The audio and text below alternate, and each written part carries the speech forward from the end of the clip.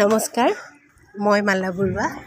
মই আজি উপস্থিত আছোঁ বঙাইগাঁও জিলাৰ প্ৰশান্তি লজত। আমাৰ এখন মিটিং হৈ আছে, মহিলা কাব্য মঞ্চ বাৰ্ষিক উৎসৱ। তাৰেই আজি অনুষ্ঠান হৈছে প্ৰশান্তি লজত। খুব ধুনীয়া পৰিৱেশত আচলতে আমি অনুষ্ঠান ভাগ কৰিবলৈ লৈছোঁ। ইতিমধ্যে আমাৰ কেইবাটাও কাৰ্যসূচী হৈ গৈছে। মই আপোনালোকক অকণমান পৰিৱেশটো দেখুৱাইছোঁ। চাওকচোন, আমাৰ বাহিৰৰ সৌন্দৰ্যখিনিও বৰ ধুনীয়া। আপোনালোকে কেতিয়াবা আহিব পাৰে।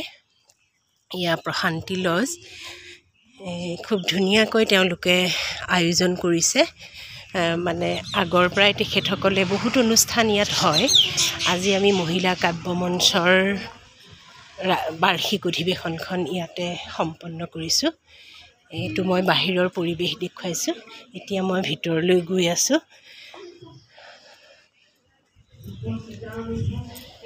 এতিয়া আমাৰ ইয়াত কবিতা পাঠ হৈ আছে। এয়া মই আপোনালোকক পৰিৱেশটো দেখুৱাইছোঁ। সেই মহিলা কাব্য মঞ্চ, অশেষ ধন্যবাদ তোমাক, প্ৰাণ ভৰা ধন্যবাদ তোমাক মহিলা কাব্য মঞ্চ। ধন্যবাদ ইয়াৰ গুৰি ধৰোতা, চিৰজয়ী হওক এই মহৎ মঞ্চ। কাল জয়ী হওক এই মঞ্চ। অনুষ্ঠানটো হৈ আছে। ধন্যবাদ আজি আমাৰ অনুষ্ঠানত ৰাষ্ট্ৰীয় মহিলা কাব্য মঞ্চৰ ধন্যবাদ পৰা আহিছে ডক্টৰ ৰাচনা নিগম বাইদেউ, আৰু আমাৰ উত্তৰ পূবৰ প্ৰভাৰী মালবিকা ৰায় মেঘা তেখেত উপস্থিত হৈছে, আৰু অসমৰ বিভিন্ন জিলাৰ পৰা অহা সদস্যসকল ইয়াত আছে। এয়া মই আপোনালোকক দেখুৱাইছোঁ। কোকৰাঝাৰৰ পৰা আহিছে, এতিয়া মঞ্চত বহি আছে কোকৰাঝাৰ জিলাৰ। তাৰপিছত কামৰূপ মহানগৰৰ আহিছে, নলবাৰী জিলাৰ পৰা আহিছে। তাৰপিছত পাঠশালাৰ পৰা আহিছে, তাৰপিছত আমাৰ কামৰূপ মহানগৰীৰ পৰা আহিছে, আৰু আমাৰ বঙাইগাঁৱৰ সদস্যসকলতো আছে, কেইবাখনো জিলাৰ পৰা আহিছে। মই তাকে অকণমান আপোনালোকক দেখুৱাইছোঁ। ইয়াত সকলো বহি আছে। আজি ইয়াত আমাৰ মহিলা কাব্য মঞ্চৰ যিখন আলোচনী কাব্যাৰ্ণৱো উন্মোচন হ'ল। তাৰোপৰি ডক্টৰ ৰাচনা নিগম বাইদেউৰ এখন গ্ৰন্থ উন্মোচন হ'ল। তাৰোপৰি আমাৰ অতিকৈ শ্ৰদ্ধাৰ নিৰ্মলা মহন্ত বাইদেউৰো এখন কিতাপ ইয়াত উন্মোচন হৈছে, আৰু তাকে খুব সুন্দৰ অনুষ্ঠান এটা আচলতে হৈ আছে। আপোনালোকে অলপ কবিতা শুনক। বড়ো ভাষাৰ কবিতা, নেপালী ভাষাৰ কবিতা, ৰাজবংশী ভাষাৰ কবিতা, অসমীয়া কবিতা, হিন্দী কবিতা, এই গোটেইসমূহ ইয়াত অনুষ্ঠিত হৈছে। মই সকলো পৰিৱেশটো দেখুৱাই আছোঁ। गावखौ सावनानै मुलुगखौ सोरांसारगोन, जिउदां होगोन, दाहा लिरगोन, थुंग्रि सिबगोन, गोनां जायोब्ला नांथारगौ। আমাৰ বঙাইগাঁও জিলাৰ পৰা এইবাৰ কেন্দ্ৰীয় কমিটিলৈ মনোনীত হৈছে গীতা দেৱী বাইদেউ। তেখেতে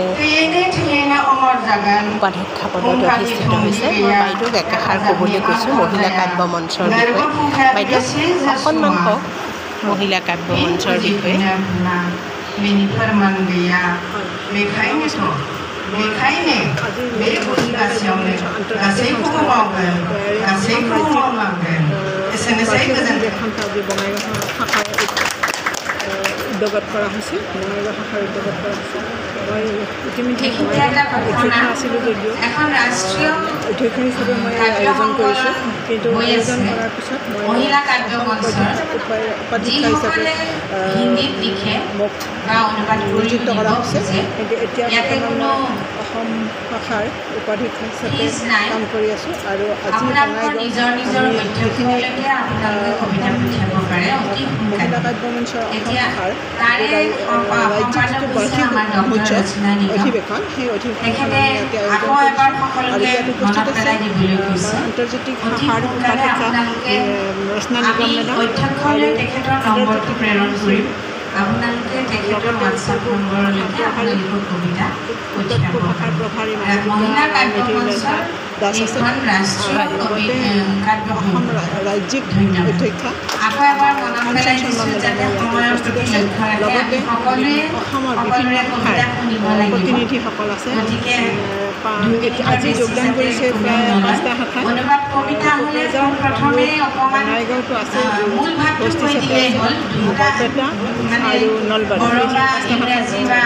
অসমীয়া বা হিন্দী আৰু প্ৰথম আৰম্ভণিখিনি আমাৰ হৈ গৈছে এতিয়া কবি সন্মিলন চলি আছে ইতিমধ্যে 2টা শাখাৰ পৰা কবিসকল আৰু এতিয়া বাকী কাম চলি আছে আৰু আশা কৰিছোঁ আজিৰ দিনটো সুন্দৰকৈ ভালকৈ আমাৰ যাব আৰু ইতিমধ্যে আমাৰ ব্ৰেকফাষ্ট হৈ গৈছে তাৰপিছত আৰম্ভ কৰিম আমি এতিয়া দুপৰীয়া ভাত দিয়াৰ আগে দুপৰীয়া আহাৰ দিয়াৰ আগে আমি ইয়াতে এটা ক'ল্ড ড্ৰিংকছৰ ব্যৱস্থা কৰিছোঁ গতিকে এইখিনি আমি ইয়াৰ পিছত আহাৰ গ্ৰহণ কৰা হ'ব আৰু কবিতা সন্মিলন শেষ হ'লে আমাৰ অনুষ্ঠান শেষ। ধন্যবাদ বাইদেউ আমি পিছৰ অনুষ্ঠানলৈ আপুনি নিশ্চয় যাব লাগিব হয় এয়া মই থুলমূলকৈ আমাৰ মহিলা কাব্য মঞ্চৰ অনুষ্ঠানৰ ওপৰত দেখুৱালোঁ এইখন আমাৰ বেনাৰখন তেখেত ডক্টৰ নৰেশ নাজ সংস্থাপক মই অকণমান দেখুৱাইছোঁ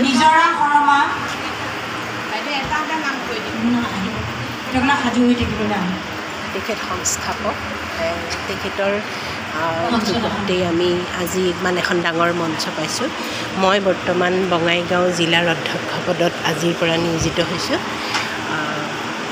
এয়া মঞ্জুলা হুছেইন ডক্টৰ মঞ্জু হালৈ যজ্ঞাৱতী বসুমতী এয়া মালবিকা মেধা কাঞ্চন শৰ্মা কৌশিকা গীতা দেৱী আমি আজি এই গোটেইখিনি দেখুৱাবলৈ আচলতে যত্ন কৰিছোঁ